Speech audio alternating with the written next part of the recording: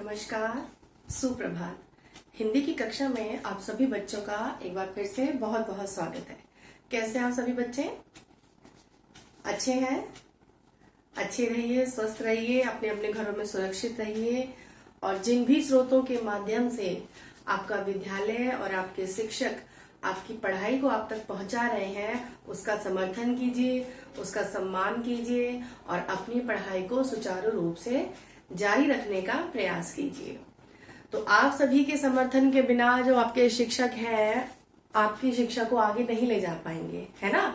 तो उसमें जितना सपोर्ट हम लोग आपको कर रहे हैं, उतना ही सपोर्ट आपका भी हमारे लिए जरूरी है, अनिवार्य है।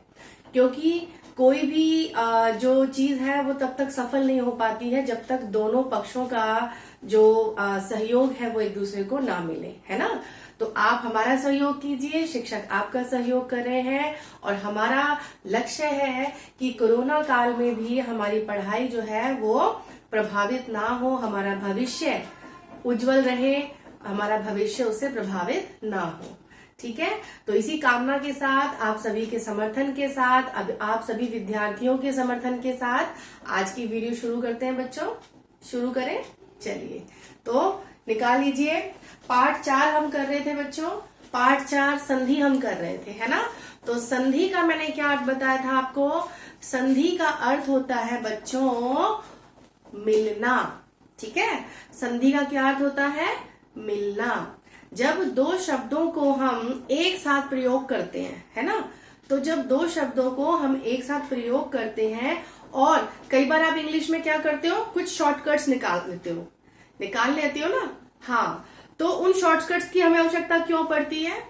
ताकि हम अपनी भाषा को थोड़ा सा सहज रूप से प्रयोग कर सके। ठीक है? तो संधि में भी हम यही करते हैं। जैसे उदाहरण यहाँ मैं आपको देना चाहूंगी, जैसे कि अगर कोई बहुत अच्छा व्यक्ति आपको दिखता है तो आप क्या कहते हैं कि वह बहुत सज्जन व्यक्ति है, कहते हो ना? अभी हम सज्जन व्यक्ति को अगर हम सज्जन कहें, लेकिन अगर सज्जन के स्थान पर अगर मैं कहूं कि वह तो बहुत ही सत्यजन व्यक्ति है, तो थोड़ा सा अटपटा लगता है सुनने में, है ना? तो हमारी भाषा की सहूलियत ही हमें ये कहती है कि हम संधि के द्वारा 2-3 शब्दों को या 2 से ज्यादा शब्दों को या 1 से ज्यादा शब्दों को मिला करके हम एक शब्द बना सकते हैं और यही कहलाती है हमारी संधि, है ना? जैसे कि एक उदाहरण से और समझेंगे इसे। महात्मा गांधी जो थे, है ना, वो बहुत महान आत्मा थे। तो आप उनको क्या कहते हो? महान आत्मा गांधी? नहीं, हम उन्हें क्या कहते हैं? हम उन्हें कहते हैं महात्मा गांधी। तो महान थी उनकी आत्मा, इसीलिए वो कहलाए महात्मा। ठीक है? तो महान आत्मा वाला व्यक्ति क्या कहलाएगा? महात्मा। ठीक है? तो महान है जो आत्मा, अर्थात उनकी आत्मा इतनी महान थी कि वे महात्मा कहलाए। तो ये हमने जो महान आत्मा वाला व्यक्ति, उसके लिए एक छोटी सी हमने एक शब्द बना दिया, महात्मा। तो यही कहलाती है संधि। ठीक है? तो चलिए, आशा करूंगी कि ये पाठ आपको बहुत अच्छे से समझ आया होगा। तो आज हम कर रहे हैं बच्चों इसकी पाठ्य पुस्तक की अभ्यास के सारे प्रश्नों को। ठीक है? तो चलिए, पेज नंबर 30 पे निकाल लीजिए प्रश्न नंबर 3। यहाँ पर आपको कुछ संधि के उदाहरण दिए गए हैं जिन पर आपको सही उत्तर चुन करके गोला लगाना है। क्या लगाना है? गोला लगाना है। चलिए, तो पहला है बच्चों गुरु जमा उपदेश, अर्थात गुरु के उपदेश, है ना? तो गुरु द्वारा दिए गए उपदेश को हम क्या कहेंगे? गुरु उपदेश। क्या कहेंगे? गुरु उपदेश। तो चलिए, गुरु उपदेश में आप लिख लीजिए, क का उत्तर आप लिख लेंगे। क का उत्तर है गुरु उपदेश, गुरुपदेश। ठीक है? अर्थात गुरु द्वारा दिया गया उपदेश। ठीक है? गुरु द्वारा दिया गया उपदेश। अगला देखेंगे, अगला है ख, राम अवतार। ठीक है? अर्थात राम के रूप में जो लिया गया अवतार है। तो राम और अवतार, तो राम अवतार क्या बन जाएगा? रामावतार। ठीक है? ये बन जाएगा रामावतार। चलिए, अगला देखिए, अगला है निह जमा चय, तो निह जमा चय विसर्ग संधि है यहां पर हमारी। चलिए, तो इससे शब्द क्या बनेगा हमारा? निश्चय। क्या शब्द बन जाएगा हमारा? निश्चय। अगला है देवी अर्पण, अर्थात हम जो देवी को अर्पण करते हैं, अर्थात जो चढ़ाते हैं, तो उससे क्या हम कहेंगे? देव्य अर्पण, अर्थात देवी को अर्पण किया गया। तो उसके लिए जो हमने संधि का शब्द हमारा बनेगा वो क्या बनेगा? देव्य पर्ण, देव्य अर्पण। ठीक है। चलिए, अगला है वन औषध, अर्थात वन में पाए जाने वाली औषधि, है ना? औषधि मतलब दवाई। ठीक है। तो जो जड़ी बूटियां होती हैं वो औषधि कहलाती हैं। ठीक है। तो वन औषध मतलब वनौषध, यानी कि वन से प्राप्त जो औषधि होती है, तो इसको हम क्या लिख सकते हैं? वनौषध। ठीक है, ये हम इसको लिख सकते हैं।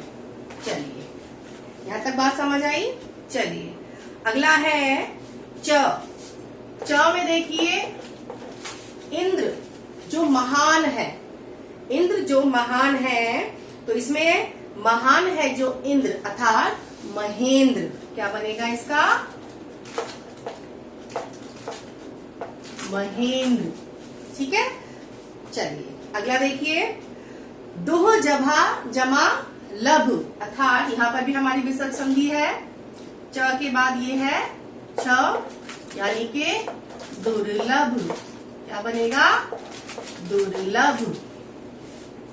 अगला देखेंगे सम जमा सार, तो सम जमा सार से हमारा बन गया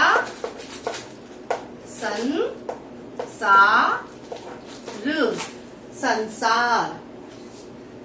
जल्दी जल्दी नोट कर लीजिए, इसको सर्कल लगा लीजिए। अगला है पीत अंबर, अर्थात पीला है जो अंबर, अंबर मतलब वस्त्र। ठीक है। तो पीला है जो अंबर, यानी कि जो पीला वस्त्र है, अर्थात पीतांबर। ठीक है, अर्थात पीतांबर। अब इसका एक और उदाहरण देखिए, जैसे नीला है कंठ जिसका, तो उसे हम क्या कहते हैं? हम क्या कहते हैं? नीलकंठ। ठीक है। तो हम उसको शॉर्ट करके बोल देते हैं, उसको संक्षिप्त करके हम बोल देते हैं, तो वो क्या बन जाता है? नीलकंठ। उसी प्रकार से पीतांबर का हम बन जाएगा, पीत जमा अंबर का बन जाएगा यहाँ पर पीतांबर। ठीक है। क्या बन जाएगा? पीतांबर, अर्थात वह अंबर जो पीला है। अगला देखिए महाउत्सव, महाउत्सव अर्थात वह उत्सव जो महान है, तो वो क्या होता है? वो हो जाता है महोत्सव। क्या हो जाता है? महोत्सव। तो देखिए, आशा करूंगी कि आपको यहां तक समझ आया होगा। ठीक है। अगले प्रश्न पे चलिए, तो सर्कल कर लीजिए इनको, इनकी वर्तनी को बहुत अच्छे से याद कीजिएगा। चलिए, अब हम करते हैं क्वेश्चन नंबर हमारा प्रश्न नंबर 4। प्रश्न नंबर 4 में आपको देखिए क्या करना है। प्रश्न नंबर 4 में आपको क्या करना है? जो संधि विच्छेद सही है उस पर आपको सही का निशान लगाना है। तो पहला है कवीश, तो कवीश में कवीश का क्या होगा? देखो ध्यान से देखेंगे। प्रश्न नंबर अब हम कर रहे हैं 4, तो कवीश में हो जाएगा आपका कवि जमा ईश। ठीक है, कवि जमा ईश, ये सही उत्तर होगा आपका।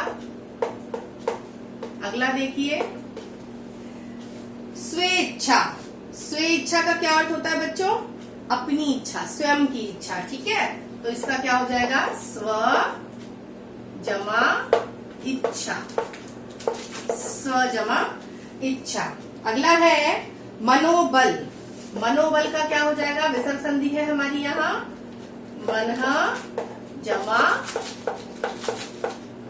बल, ये हो जाएगा। उसके बाद है सत्याग्रह। सत्याग्रह मतलब सत्य के लिए आग्रह, अर्थात सच्चाई के लिए हम लड़ रहे हैं, उसे कहेंगे सत्याग्रह।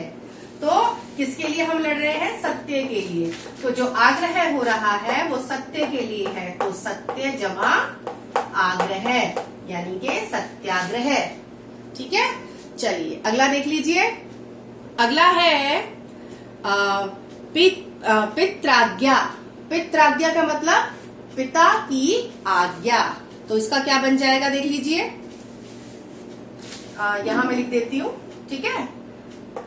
चलिए, तो यानी के पितृ जमा आज्ञा, तो ये बन जाएगा हमारा पित्राज्ञा। क्या बन जाएगा? पित्राज्ञा, अर्थात वह आज्ञा जो पिता द्वारा दी गई है, ठीक है। चलिए अगला देखते हैं।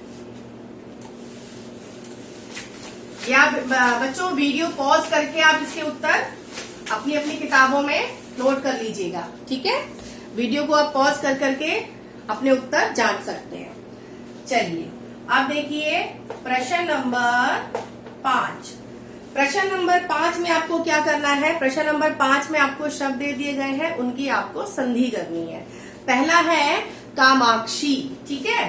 तो इसका हो जाएगा बच्चों काम जमा आकांक्षी, अर्थात काम की आकांक्षा रखने वाला, जो काम की इच्छा रखता है। चलिए अगला है वातावरण, तो ये हो जाएगा वात जमा आवरण, अर्थात आपके आसपास का माहौल, ठीक है। अगला देखिए पदयात्मक। पदयात्मक अर्थात पद जमा आत्मक, ठीक है, जो आध्यात्मिकता के पद पर चलता है। अगला है संदेह, तो संदेह में बन जाएगा बच्चों सम जमा देह, संदेह, ठीक है। चलिए अगले शब्द पे चलते हैं निर्णय। तो निर्णय में आपको लगाना होगा यहाँ पर विसर्ग, निह जमा नय, तो ये बन जाएगा आपका निर्णय। क्या बन जाएगा? निर्णय। चलिए अगला शब्द देख लेते हैं। अगले शब्द के लिए मुझे ये मिटाना पड़ेगा बच्चों, आप वीडियो पॉज कर करके देख लीजिएगा। चलिए अब हम हैं निर्णय जो है वो है आपका ड शब्द है, ठीक है। 5वें के हम ड शब्द पे हैं। तो निर्णय मैंने आपको लिखा दिया है निह जमा नय। तो अब हम कर रहे थे वार्तालाप, माफ कीजिएगा च पे हैं हम, ठीक है। तो वार्तालाप, तो वार्तालाप का मतलब क्या होता है बच्चों? बातचीत। वार्तालाप का क्या मतलब होता है? बातचीत। तो वार्ता जमा अलाप, ठीक है। अगला शब्द देख लीजिए संबंध। छ पे आ गए हैं हम, संबंध। तो संबंध में हो जाएगा ये सम जमा बंध। अगला देख लेंगे राजप्पा, ठीक है, यानी कि राज जमा अप्पा। ये दक्षिण भारतीय नाम है, ठीक है। चलिए अगला देख लीजिए, राजप्पा के बाद है कलात्मक, झ, तो यानी के कला जमा आत्मक, ठीक है, अर्थात कला में निहित, कला से जुड़ा हुआ। अगला देख लेंगे संग्रह।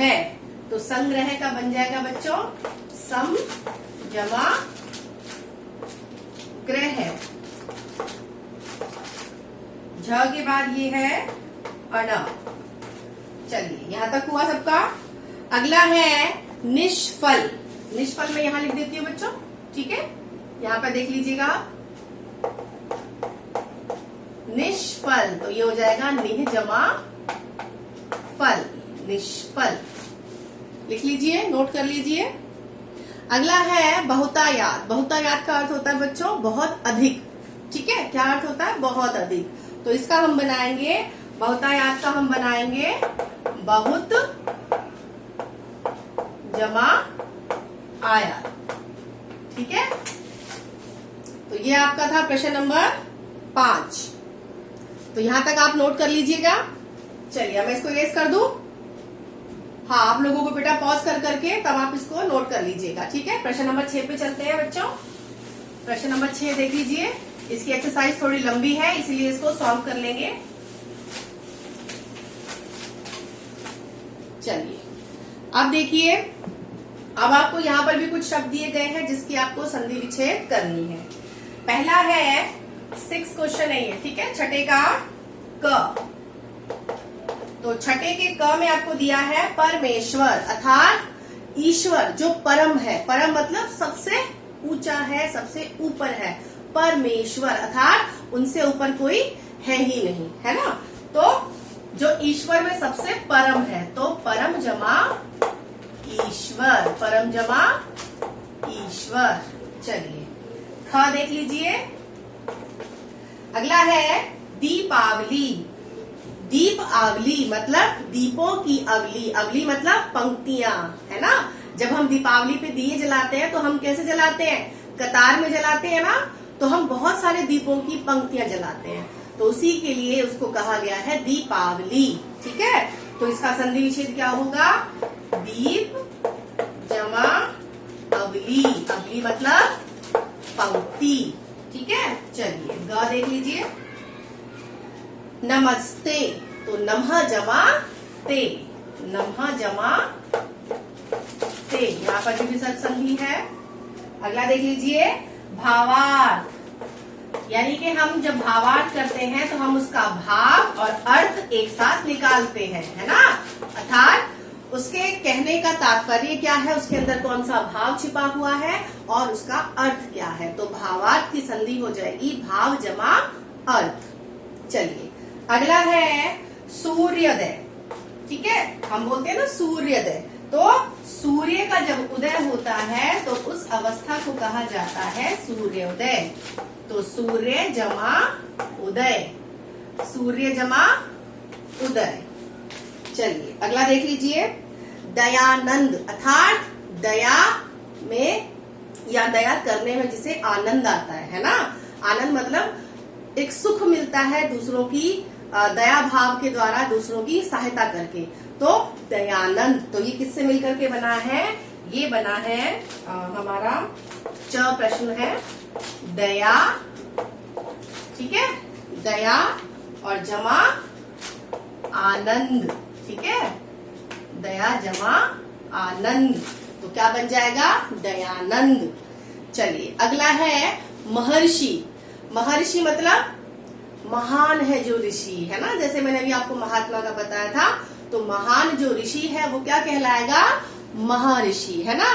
तो महर्षि में हम क्या लिखेंगे, महा जमा ऋषि, अर्थात वह ऋषि जो ऋषियों में महान है, ठीक है। चलिए छ के बाद ज देखिए महोर्मी, ठीक है, तो इसका भी बन जाएगा महाजमा उर्मी, ठीक है। तो क्या बन जाएगा महाजमा उर्मी। तो देखा आपने, इस तरीके से हम शब्दों का संधि विच्छेद करते हैं, और जब हमें संधि विच्छेद दिया होता है बच्चों तो हम उन शब्दों को बनाते हैं, ठीक है। तो आशा करूंगी कि यहाँ तक की जो एक्सरसाइज थी, जो पार्ट था, आपको समझ में आया होगा बहुत अच्छे से। जो भी आपको डाउट है उसमें आप मुझसे पूछ सकते हैं, ठीक है। तो ये सारी एक्सरसाइज आप बहुत अच्छे से रिवाइज कर लेंगे और इन शब्दों को अपनी बुक के अंदर और अपनी कॉपीज के अंदर भी नोट कर लेना, ठीक है। तो जहां पर स्पेस, जैसे देखिए जैसे बुक में इसका स्पेस दिया हुआ है बच्चों, है ना, तो इनको आप कॉपी में नहीं करेंगे। जिन प्रश्नों के उत्तर के लिए आपको बुक में जगह दी गई है पुस्तक के अंदर, तो उनको आप यहीं पे फिल करना है, ठीक है, यहीं पे फिल करना है, उसको कॉपी में नहीं करना है। कॉपी में हम सिर्फ प्रश्न उत्तर करेंगे, ठीक है। जैसे ये जो टिक है ये भी यहाँ हो सकते हैं, सर्कल भी हम बुक में लगा सकते हैं, सारी स्पेलिंग हमें दी हुई है। तो ये जो पाठ्य पुस्तक का काम है आप पाठ्य पुस्तक में ही करेंगे, ठीक है। यहाँ तक समझ में बात आई। चलिए, तो आशा करती हूँ आज की वीडियो आपको समझ में आई होगी और इसकी पुनरावृत्ति आप बहुत अच्छे से करेंगे, ठीक है। चलिए, बहुत बहुत धन्यवाद बच्चों।